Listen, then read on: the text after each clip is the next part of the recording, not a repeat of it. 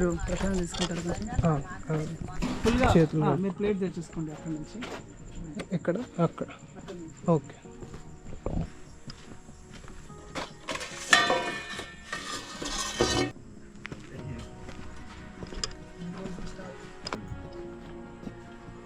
ప్రభు చేస్తారా? ఈ అబ్బాయి స్పెషలిస్ట్ థ్యాంక్ కానీ అక్కడ ఈ అరుగు మీద కూర్చొని తినచ్చు. ఓకే.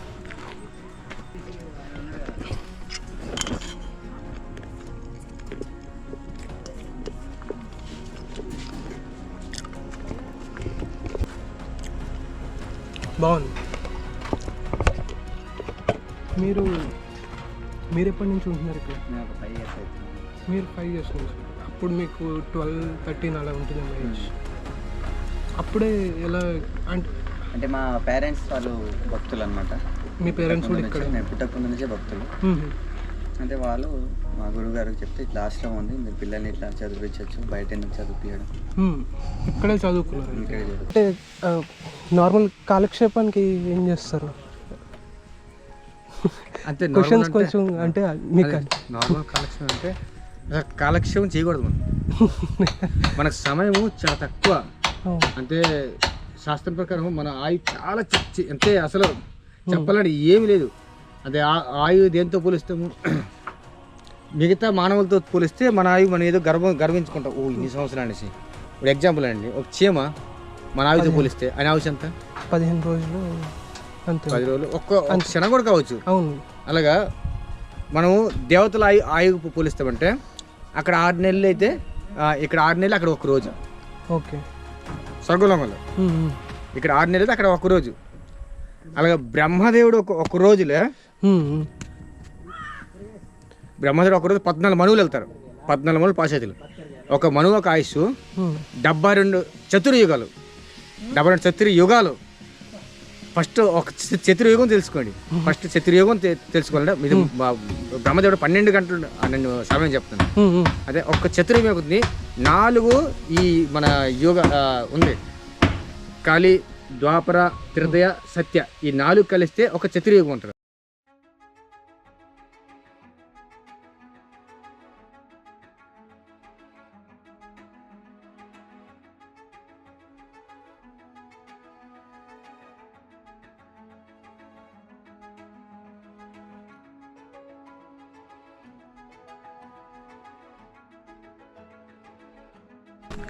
ఆన్ చేస్తాను. 6 సంవత్సరాల ముందు లొకేషన్ ఇలాగే ఉండేదా? 6 సంవత్సరాల ముందు ఇదంతా కూడా ఒక విధంగా అడవిలాగా ఉండేది. ఓకే. అంటే ఇది మనం పర్చేస్ చేసాం ఈ ల్యాండ్. ఓకే. తర్వాత మనం కొంచెం లెవెల్ చేసి పొలాలన్నీ వేసేసి తర్వాత మొదట్లో ఈ గుడిసెలు కట్టాం. ఓకే. తర్వాత ఇల్లు కట్టాం. మళ్ళీ అక్కడ ఇల్లు కట్టాము. అసలు ఎవరి ఐడియా ఫస్ట్ ఎక్కడి నుంచి? ముఖ్యంగా మన పరమ గురువు గారు భక్తి వేదాంత స్వామి ప్రభుపాద గారు, ఆయన ఇస్కాన్ ఫౌండర్ ఆచార్య. ప్రపంచం మొత్తం 105 మందిరాలు గుర్తించారు ఆయన. అంటే ఆయన 12 సంవత్సరాల్లో 14 సార్లు ప్రపంచం అంతా తిరిగారు ఆయన. ఆ తర్వాత ఆయన శిష్యులందరూ కూడా ప్రచారం చేస్తున్నారు. ఇప్పుడు ప్రపంచంలో ఎన్నో ఉన్నాయి మందిరాలు. అయితే ఆయన ఆదేశం ఇచ్చారు, ఇలాంటి వ్యవసాయ క్షేత్రాలు అంటే స్వయం సమృద్ధి గ్రామాలు, సెల్ఫ్ సఫిషియెన్సీ విలేజెస్ తయారు చేయమని ఆయన కోరిక. సో ఆయన యొక్క ఆదేశం పైన తయారైంది. ఆయన యొక్క శిష్యులు పరమ పూజ భక్తి వికాస్ మహారాజ్ అనేసి ఆయన మా గురువు గారు, ఆయన ఈ గైడ్ లైన్స్ అని ఇస్తుంటారు. ఆయన ఇన్ఛార్జ్ అనమాట దీనికని. ఓకే. ఆయన పుట్టింది లండన్లో, కానీ భారతదేశంలోనే ప్రచారం చేస్తుంటారు. ప్రపంచ దేశంలో మొత్తం ఆయన కూడా తిరుగుతుంటారు. సో ఈ ప్రదేశాన్ని ఎంచుకోవడానికి అంటే ఏమైనా పర్టికులర్ రీజన్ కానీ అలాంటిది ఏమైనా ఉందా? లేకపోతే ఇక్కడ అన్ని మనకు న్యాచురల్గా అంటే మనం రిసోర్సెస్ ప్రకృతి వ్యవసాయం చేయడం కోసం కానీ, తర్వాత సహజంగా మనం ఇల్లు కట్టుకోవడం కానీ, మనకు ప్రతి ఇంటికి ఒక బావి ఉంది. బావులు వాటర్ లెవెల్ కావచ్చు. తర్వాత మనకు కమర్షియలైజేషన్ ఉండకూడదు అనమాట. కమర్షియలైజేషన్ అంటే మళ్ళీ ఫ్యాక్టరీలు రావడం అంటే ఇక్కడ వచ్చే అవకాశం లేదు. ఇంకా ప్రకృతికి అనుగుణంగా జీవించే అనుగుణంగా అన్ని క్రైటీరియా మనకు మ్యాచ్ అయినాయి. అందువల్ల మనం ఇక్కడ సెలెక్ట్ చేసుకుంటాం. అంటే సిటీలో ఉండి మేము అలా పెరుగుతాం కదా, మామూలుగా పెరిగి బోర్ కొడుతుంది, ఏదో చేయాలి. అదే అంతే, మనకి ఏమి చేయాలి తెలియక బోర్ కొడుతుంది. అవును. అసలు చాలా మనకు అసలు సమయం లేదు. ఎమర్జెన్సీ అంతే, మనం ఎమర్జెన్సీ వార్డులో ఉన్నాం. ఎమర్జెన్సీ వార్డులో జీవిస్తున్నాం మనం. మనకు తెలియదు, మనం నార్మల్గా అసలు ఏదో అనుకుంటున్నాం. చాలా సీరియస్ మన ఈ జీవితం దొరికింది. 4 లక్షల 80 per lakh జీవరాశులు లో ఈ మానవ జీవితం చాలా దుర్లభము.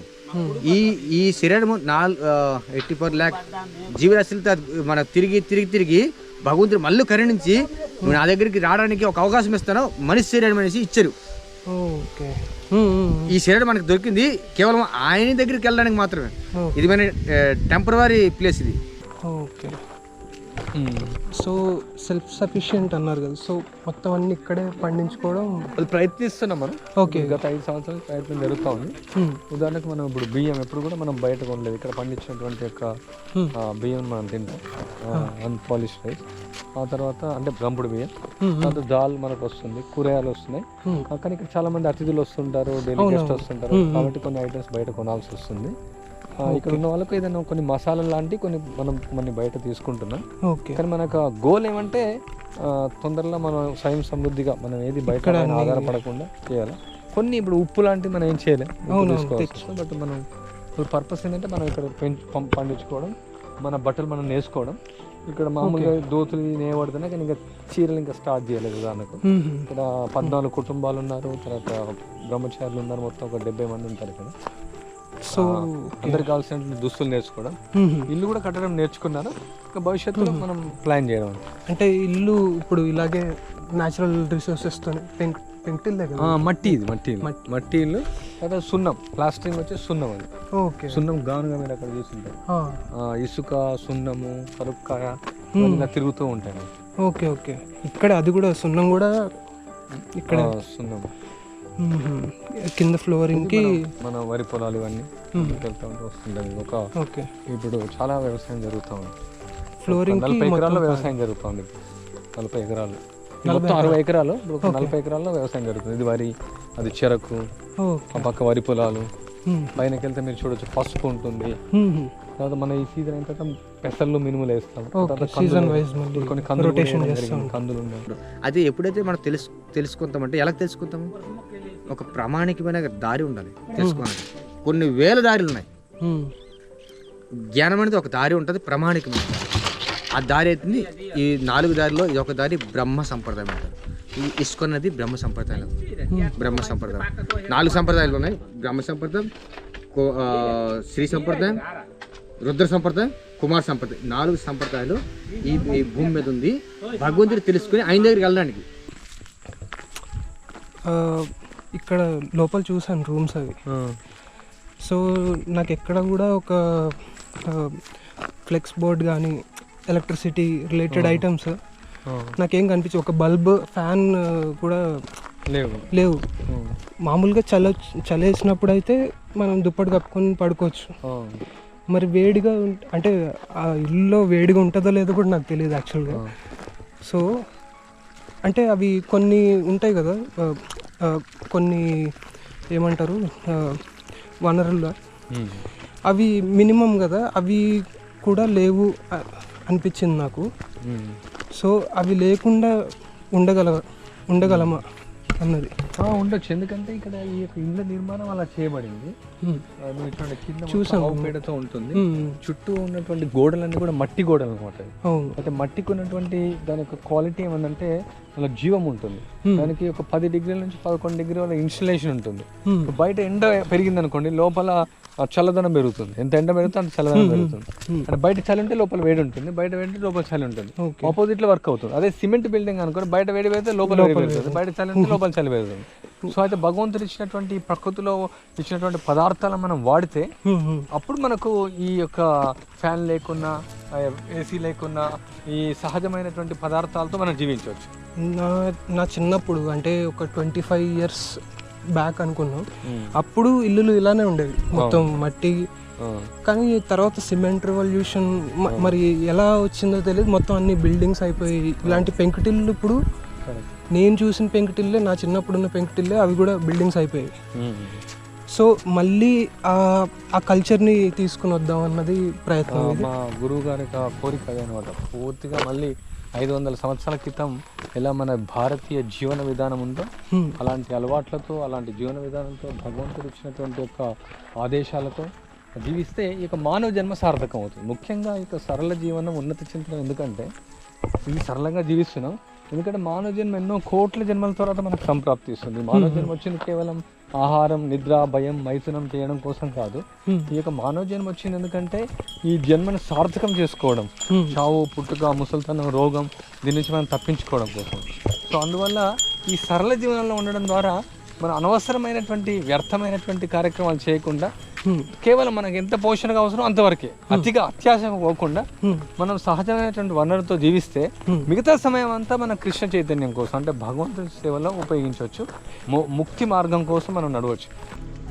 ప్రజలు కరెంట్ లేకుండా ఫ్యాన్ నేను అవే చూసాను ఉండలేరు అనుకుంటారు, కానీ మనం పూర్వకాలం ఉండేవాళ్ళం, దీనికి అలవాటు పడిపోయాం అన్నమాట.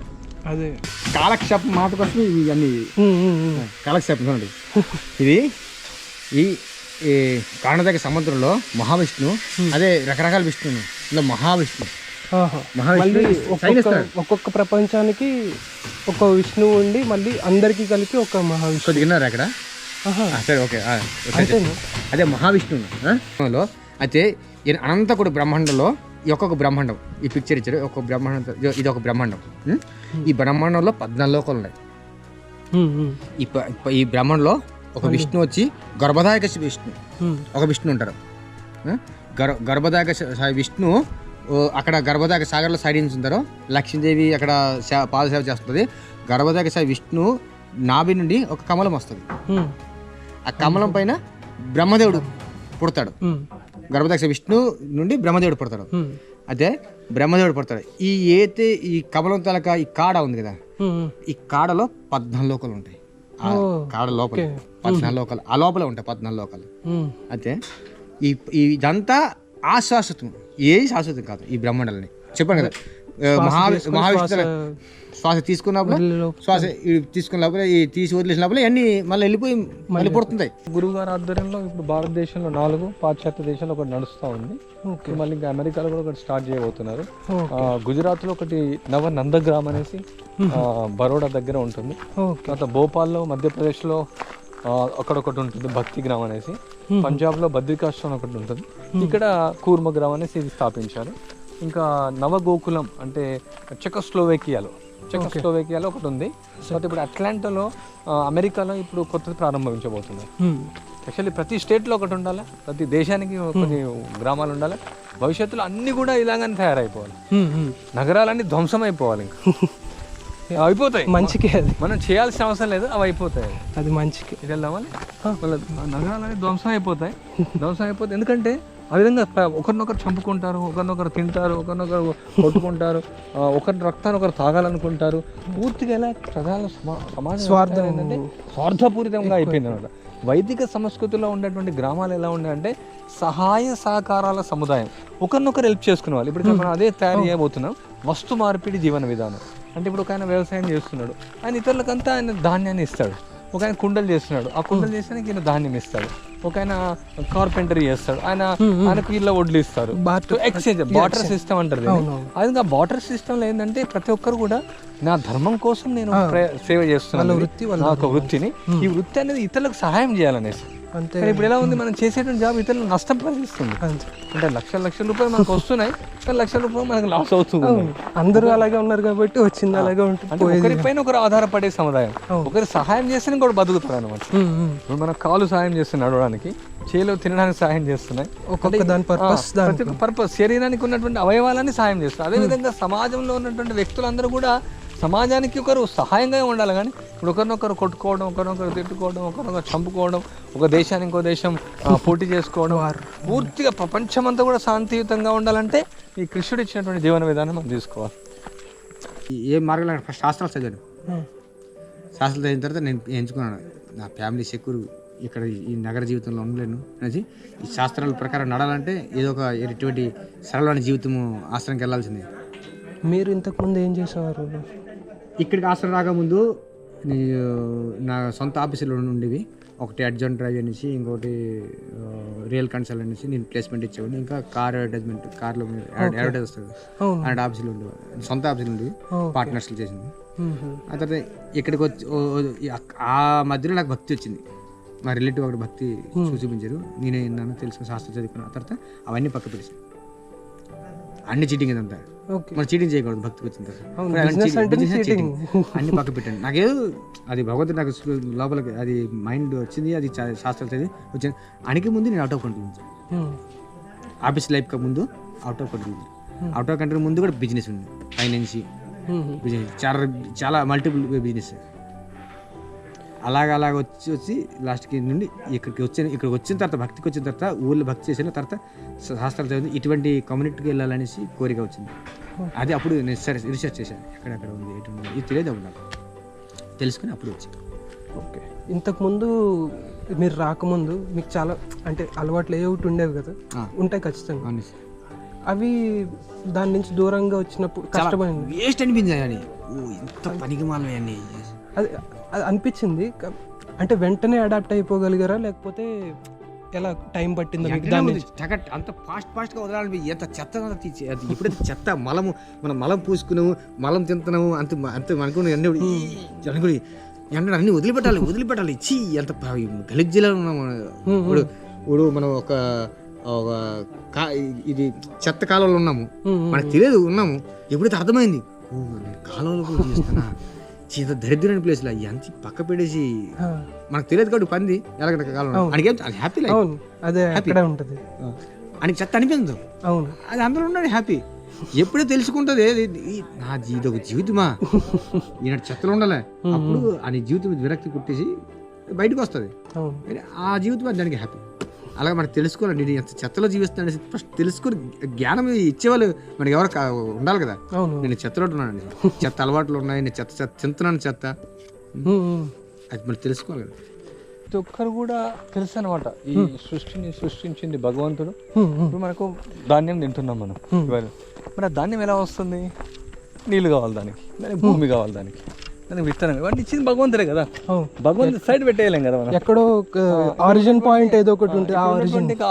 ఇప్పుడు ఉన్నటువంటి ఈ విద్యా వ్యవస్థ ఏదైతే ఉందో, మెకేలే విద్యా విధానం, పాశ్చాత్యుల జీవన విధానం వల్ల మనం నాస్తికులం అయిపోయాం. అదేమైందంటే మొత్తం నేను చిన్నప్పుడు నేర్చుకుంది ఆరిజిన్ అంటే big bang theory. Big bang theory వల్లనే వచ్చాం. మనకి ఎడ్యుకేషన్ రాజ్ భరత్ అనే ఆయన కూడా పెద్ద జాబ్ చేస్తున్నాం.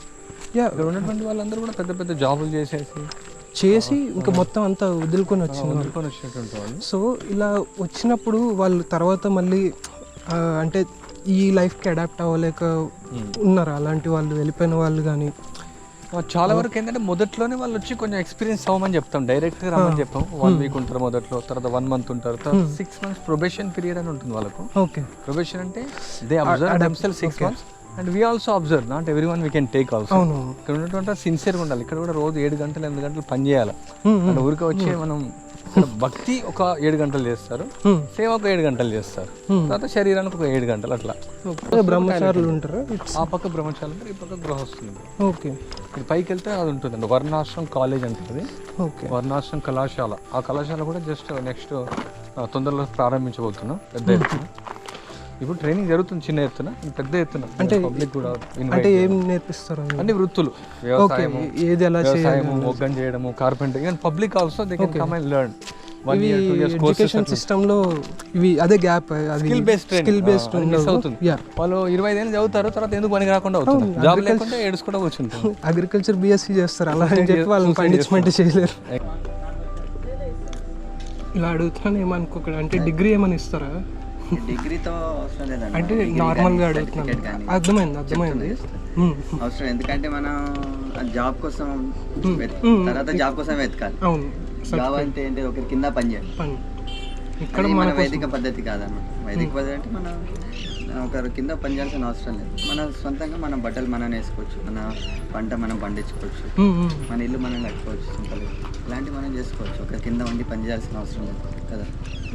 అందుకోసమే ఈ భక్తి మార్గం ఉండి ఏదో ఒక సేవ చేసుకుంటూ భగవంతుడి భక్తి చేసుకుంటూ ఉండిపోవచ్చు. అందుకని ఒక కింద ఉండి మనం భక్తుల సాంగత్యంలో సమాజం అంతా కూడా పాపకృత్యాలు చేస్తుంది. అలాంటి దిశలో మనం ముందుకెళ్ళాలి.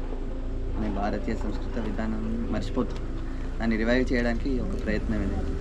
ఓకే. ఇప్పుడే కూర్మగ్రామం నుంచి రిటర్న్ అవుతున్నాను నేను. కూర్మగ్రామంకి వెళ్ళే వరకు కూడా I don't know that it is related to Krishna, Srikrishna, because అక్కడంతా కృష్ణ డివోటీస్ ఉన్నారు.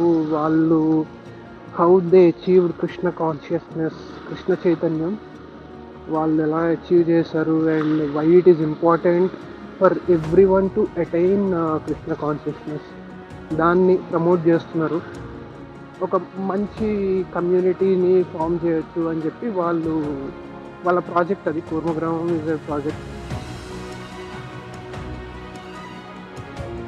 యాక్చువల్గా వాళ్ళు చేస్తారు కానీ ప్లాన్ అంతా ఒక సెల్ఫ్ సఫిషియెంట్ సిటీ.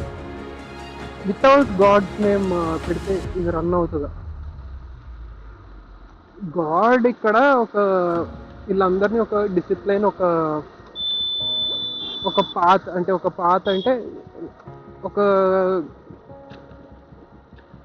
ఒక లేన్ అంటే ఫర్ ఎగ్జాంపుల్ మన రోడ్లో బైక్ నడుపుతున్నప్పుడు లెఫ్ట్లో వెళ్ళాలంటే లెఫ్ట్, రైట్ ఇట్లా దానికి లేన్స్ ఉన్నాయి కాబట్టి we should go only in that way, in that order.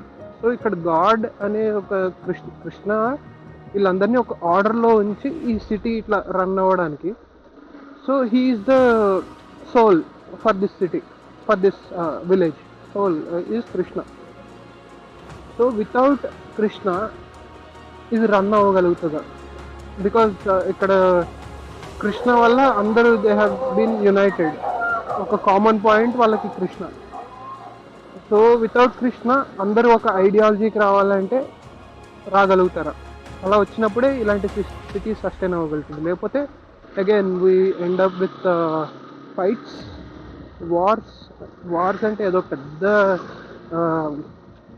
పెద్ద రెండు దేశాలు కొట్టుకొని అవసరం లేదు. చిన్న పల్లెటూరులో కూడా వార్స్ అవుతాయి. Community wars, caste based wars, politics, everything will come into picture. ఇక్కడ only I respect that village because God అనే ఒక బిలీఫ్, కృష్ణ కాన్షియస్నెస్ మీద ఉన్న ఒక నమ్మకం వాళ్ళందరికీ, it is uniting them to be in that path. So ఆ విలేజ్లో ఉండడానికి, ఆ కమ్యూనిటీ మొత్తం ఒక సేమ్ పేజ్లో ఉండడానికి Krishna is helping. Even if when I'm saying if ఒకవేళ కృష్ణ లేకపోయినా కూడా ఆ బిలీఫ్ వల్ల హీఈస్ ఎగ్జిస్టింగ్. ఈ విలేజ్ ఎగ్జిస్టెన్స్ అతని కృష్ణ ఎగ్జిస్టెన్స్కి ప్రూఫ్. కృష్ణుడు ఉన్నాడో లేదో పక్కన పెట్టండి, ఈ విలేజ్ ఉంది. ఈ విలేజ్ మొత్తం కృష్ణని నమ్మి, కృష్ణ కాన్షియస్ని నమ్మి, ఆ బిలీఫ్ని నమ్మి ఒక విలేజ్, ఒక సిస్టమ్ రన్ అవుతుంది అక్కడ. That's great, right? యాక్చువల్గా నాకున్న ఐడియా ఏంటంటే, నాకు ఒక 15-20 మెంబర్స్ ఫ్రెండ్స్ని తీసుకొని నీట్గా ఒక 100 acres ల్యాండ్ తీసుకొని, కాకపోతే ఇక్కడ మాకు అందరికీ ఒక కామన్ పాయింట్ ఉండాలి. ఇక్కడ ప్రాఫిట్ లాస్, నువ్వు 10 acresకే డబ్బులు ఇచ్చావు, లేకపోతే నువ్వు 5 acresకి నువ్వు అసలు డబ్బులు ఇవ్వలేదు, మాతో ఉంటా అంటున్నావు.